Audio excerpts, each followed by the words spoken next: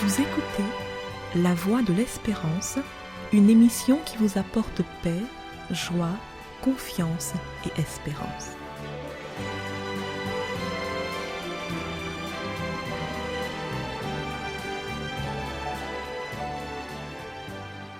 Bonjour la Guyane et bonjour à tous depuis la Guyane. Faut-il finir par s'habituer à la violence? La question se pose tant elle se répand dans notre société. Chaque week-end, on déplore des blessés, voire même des morts, dans des lieux où les gens sont censés s'amuser. De plus en plus souvent, la fête se termine en bagarre. L'angoissante sirène des pompiers et des policiers finit par remplacer la musique et après l'alcool, c'est souvent le sang qui coule. C'est malheureusement ainsi que les fêtes se terminent régulièrement. Faut-il finir par s'habituer à la violence? À cette violence que nous venons de décrire, s'ajoute maintenant le phénomène des violences urbaines, une explosion de violences collectives. Ces violences sont souvent déclenchées par des faits perçus comme des abus d'autorité, notamment la mort d'un individu au cours d'une bavure policière. Aujourd'hui, la violence urbaine ne concerne pas seulement les très grandes villes, même les petites villes sont concernées. Faut-il finir par s'habituer à la violence, tant elle se répand dans notre société? La violence est malheureusement aussi dans le cercle familial. Il y a violence conjugale quand la victime et l'auteur sont dans une relation sentimentale présente ou passée. Les violences conjugales peuvent correspondre à des violences psychologiques, sexuelles ou économiques, mais souvent ce sont des violences physiques qui attirent notre attention. Au 6 juillet de cette année 2023, 57 femmes ont déjà été tuées par un partenaire ou un ex-partenaire. C'est dramatique. Faut-il finir par s'habituer à la violence?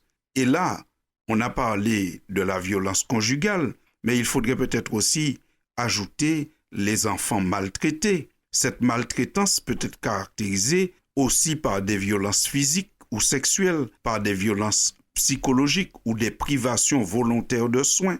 Chaque année, les forces de l'ordre enregistrent plus de 120 victimes d'infanticide, dont près d'une centaine décèdent dans le cadre familial. Ce sont des chiffres qui concernent que la France, pas le monde entier.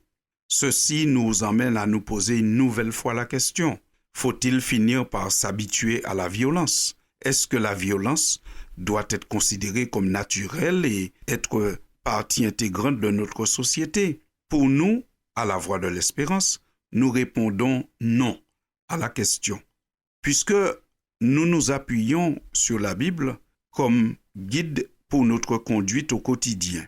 Et nous lisons dans celle-ci, dans le livre des Proverbes au chapitre 14 et au verset 26, « Celui qui craint l'Éternel possède un appui ferme et ses enfants ont un refuge auprès de lui. » Fin de citation. Cette phrase indique qu'un père est un refuge pour ses enfants, qu'une mère est un refuge pour ses enfants et non une source d'angoisse et de violence. Donc la pensée biblique condamne absolument les violences intrafamiliales. Autrement dit, la personne qui respecte le Seigneur protège ses enfants.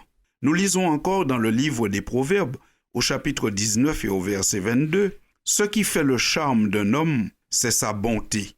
Ce qui fait le charme d'un homme, c'est sa bonté. » Fin de citation. Ici, nous avons une pensée qui est contraire à une certaine tendance qu'on observe ici et là dans la société, où c'est les apparents bad boys qui ont plus de charme que les autres et qui attirent certaines jeunes filles. Mais la pensée biblique n'est pas dans ce sens. Elle dit que ce qui fait le charme d'un homme, c'est sa bonté. Et on peut encore ajouter ce que l'apôtre Paul écrit aux Éphésiens en disant « C'est ainsi que les maris doivent aimer leurs femmes, comme leur propre corps. Celui qui aime sa femme s'aime lui-même, car personne n'a haï sa propre chair, mais il la nourrit et en prend soin, comme Christ le fait pour l'Église. » Il dit encore « Du reste, que chacun de vous aime sa femme comme lui-même et que la femme respecte son mari. » Fin de citation. Je vous rappelle, chers auditeurs, que cette parole inspirée se trouve dans l'épître de Paul aux Éphésiens au chapitre 5 des versets 28 à 33. Ceci nous emmène encore une fois à répondre à notre question par la négative. Faut-il finir par s'habituer à la violence? La réponse c'est non. La violence ne doit pas faire partie de notre quotidien et surtout pas du cercle familial. Voici encore un conseil avisé de la Bible. Quand elle nous dit « Ne fréquente pas l'homme colère, ne va pas avec l'homme violent, de peur que tu ne t'habitues à ses sentiers et qu'il ne devienne un piège pour ton âme. » Ceci se trouve dans le livre des Proverbes au chapitre 22, versets 24 et 25. La Bible est claire.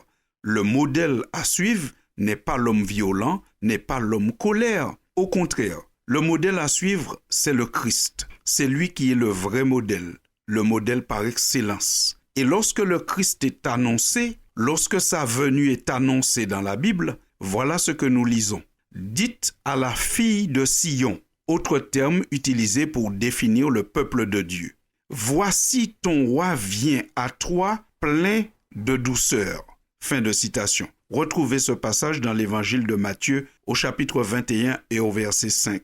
Christ, lorsqu'il vient, il est annoncé à la fille de Sion, une image utilisée pour parler du peuple de Dieu, comme celui qui vient comme un roi plein de douceur.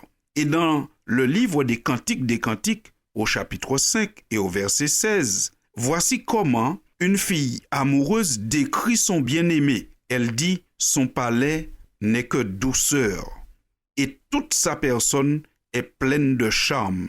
Tel est mon bien-aimé, tel est mon ami, fille de Jérusalem. » Fin de citation. Le bien-aimé est caractérisé dans la Bible par sa douceur. Il est caractérisé par un charme qui n'est pas relatif à des notions de bad boy, mais plutôt à des notions de douceur et de sympathie. Et nous concluons notre exposé en nous référant à ce que dit l'apôtre Paul aux Philippiens. Il leur dit « Que votre douceur soit connue de tous les hommes. Le Seigneur est proche. » Faut-il finir par s'habituer à la violence? Non, au contraire, il faudrait finir par s'habituer à la douceur. La douceur qui est une caractéristique du Christ. La douceur qui est une caractéristique du bien-aimé tel que présenté dans la Bible. La douceur qui doit être la part de tous les hommes, de tous ceux qui s'approchent de Dieu. Faut-il finir par s'habituer à la violence? Absolument non, et surtout pas dans le cercle familial. Dans le cercle familial, ce qui doit régner, c'est la douceur. Chers amis auditeurs, en vous souhaitant encore une fois de bonnes vacances, je vous les souhaite dans la douceur, comme le Christ. À bientôt pour une prochaine édition.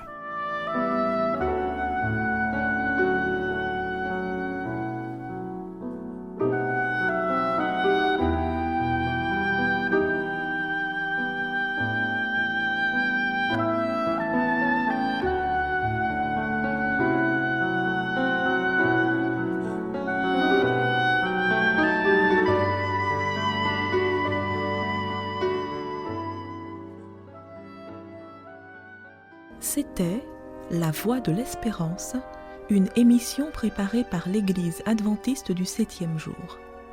Si vous désirez avoir une copie de la causerie d'aujourd'hui, demandez-la. Elle vous sera donnée gracieusement. Écrivez à La Voix de l'Espérance, boîte postale 169 97 324, Cayenne, CEDEX, ou téléphonez au 0594 25 64 26. Merci chers auditeurs et à bientôt.